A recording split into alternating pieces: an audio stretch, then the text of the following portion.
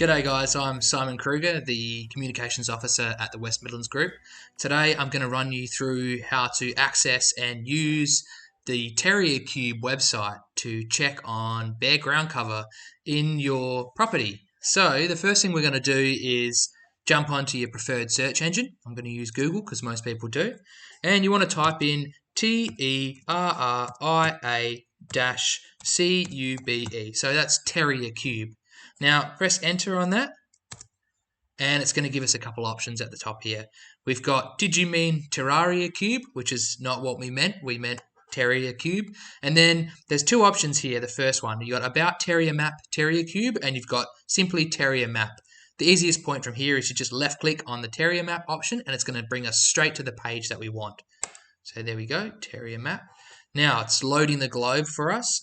What's going to happen is going to jump you into a view of the Earth. But first, we've got a disclaimer that says it's a development site. You don't have to worry about this at all. Just click the OK button and then it'll start.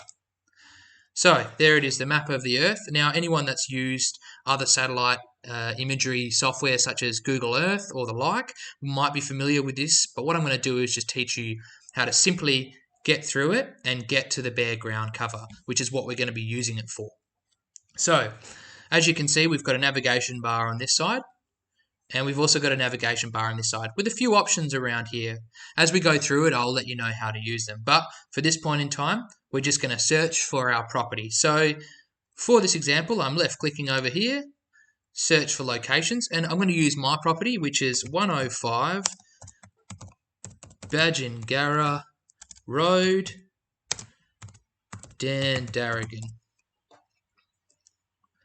Now, I've spelt Dandaragan wrong there, but it's picked it up for me. So here we've got some options here. So search in the data catalog and then locations one. You just want to ignore this and go with the option that it's got down the bottom here. So there it's found at 105 Badgingarra Road, Dandaragan, Western Australia, 6507.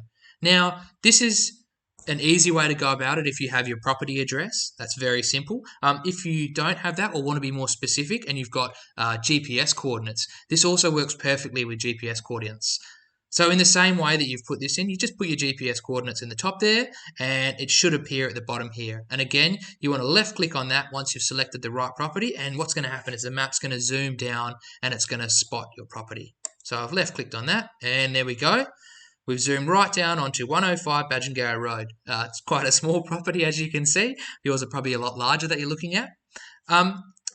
If you are familiar with the software, you will know that you can move around the map by left-clicking and dragging. So if I'm left-clicking and holding my left mouse button, you can go up and down to move the image up and down.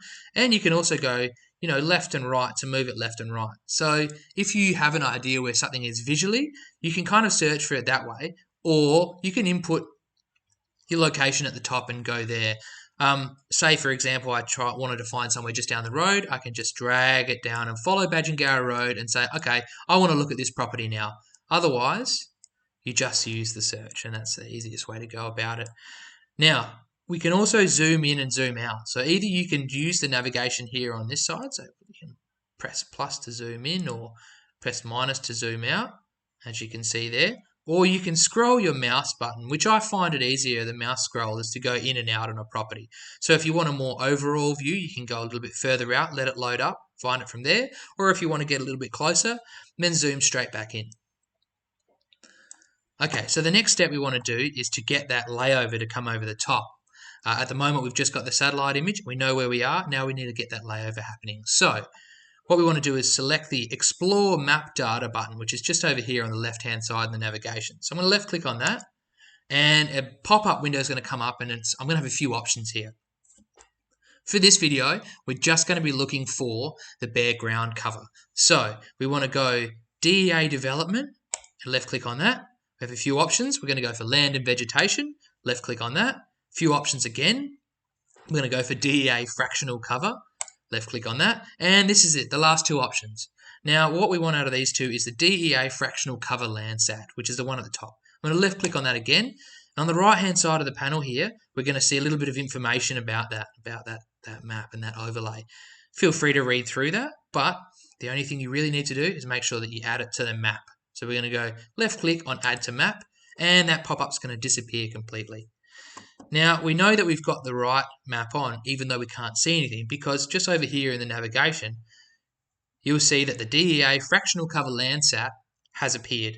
You'll also see this beautiful coloured triangle down here, which gives you a pretty good indication that there's something there. Now, the first thing we want to do is make sure that we're on the right style of map. So again, just above this coloured triangle, you see styles. And at the moment, it's on 3-band fractional cover. And we want to left click on that drop down menu there. And we have a few options here that you can see. What we are interested in, obviously, is bare ground. So I'm going to go to bare ground and left click that. Now, we know that that's active because it says styles bare ground, but also because you'll get a different picture down here. You have 0, 25, 50, 75, 100, and you have a bar that goes from a light pink color all the way up to a dark purple. Now, on the map, it doesn't look like a great deal has happened, but trust me, there's something there at the moment. The next thing we're going to do is get something to show up. So to get it to show up, just above that style section, we're going to start working in this time part. Now, it's automatically set by default to the date that we're on today, so 9th to the 6th at the moment, but the satellite only passes over once, twice, maybe 3 times in a month. So what we need to do is find that day that it passed over and gives us that data. Now, it's a little finicky at the moment, but this is what we're going to be working with. So what you want to do is find that time button, and we're going to select that date by left-clicking on it. This will give us a few options.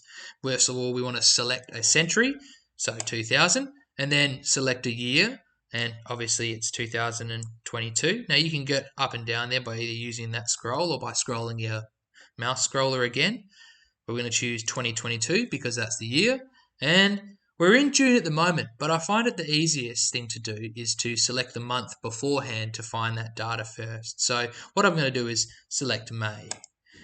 Now, the easiest option is to select the first day of the month and then work your way through the month so you don't miss a day. In the future, there might be a way for us to tell you exactly what day the satellite passed over, but for this point in time, we don't have that possibility. So I'll just get you to select the first day of the month and left click on that. Now again, we don't know much is happening, except for this bar at the top here is showing that something's happening because it's moving across, it's loading. What we want to do now is click through these dates until we get that satellite overlay. You'll know when it's happened because you won't be able to see anything here anymore except for a bunch of white to pink and purple pixels over the top. So what I'll do is just click through these days until I find the one that's doing exactly what I want, showing those white and pink and purple pixels. So the 2nd, 3rd, 4th, 5th, 6th. As you can see, nothing's showing up, but I do know that something's happening because I'm still seeing that bar move along the top here. So I know that something's loading, but I want to go until I get that full layover.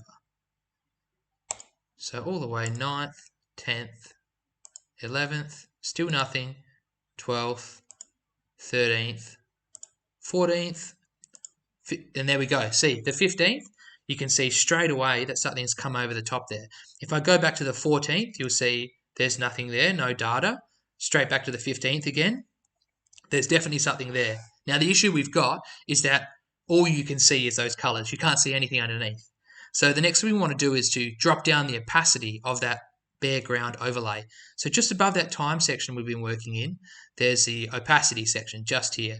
Now I want to grab that little ball at the end and we're going to move it to the left-hand side and bring that opacity down. So as you can see, as I click and hold that with my left mouse button and move it to the left-hand side, that overlay disappears or becomes transparent. Now, what we want is a happy medium also, not almost 50%, maybe a little bit more than 50%. So you can still see the pixels, but you can also see that background image of your property as well. So I find 65 is a pretty good sit, I reckon, 65. So I'll leave it on 65 there, and you can see the background image, and then overlay it over the top, but see-through enough is that bare ground Landsat cover image over the top there. So the next thing we're going to do is just a little bit of a trick to make it, again, a bit easier to see and navigate. So what we want to do is, over on the right-hand side there, we have a few options down here. We've got return to home, location, compare, pedestrian mode, and line measure. What we want to do is select the compare section just here. So I'm going to go over that and left click on that. And we know that it's appeared because that bar has turned green. And then we've been given this split in the middle here. And over on the left-hand side in our navigation menu, we've got these two new screens that have popped up. Now, you want to ignore this split screen mode here and just leave it as it is. By default, it should be sit on both. So just leave that and then move to the one below it, which is the DEA fractional cover Landsat. So it's that same overlay that we were working in before, but you'll see underneath the opacity slider now is a new bar, and this has options left, both, and right. By default, it's going to be selected on both, but what you want to do is select the one on the left. So I'm going to hover over that and left click on that, and all of a sudden you see it on the screen here that that overlay is just shown on the left hand side here, and then we have our normal satellite overlay on the right hand side here. Now that just makes it easier to visually move around the map and see that overlay at the same time as having a clear image of what's going on behind that. Another way to do this is if you don't want to see that much or you want to see more of it, you can left click on that slider and split it across for more or for less. And this is an easy way to see the difference from one side to the other.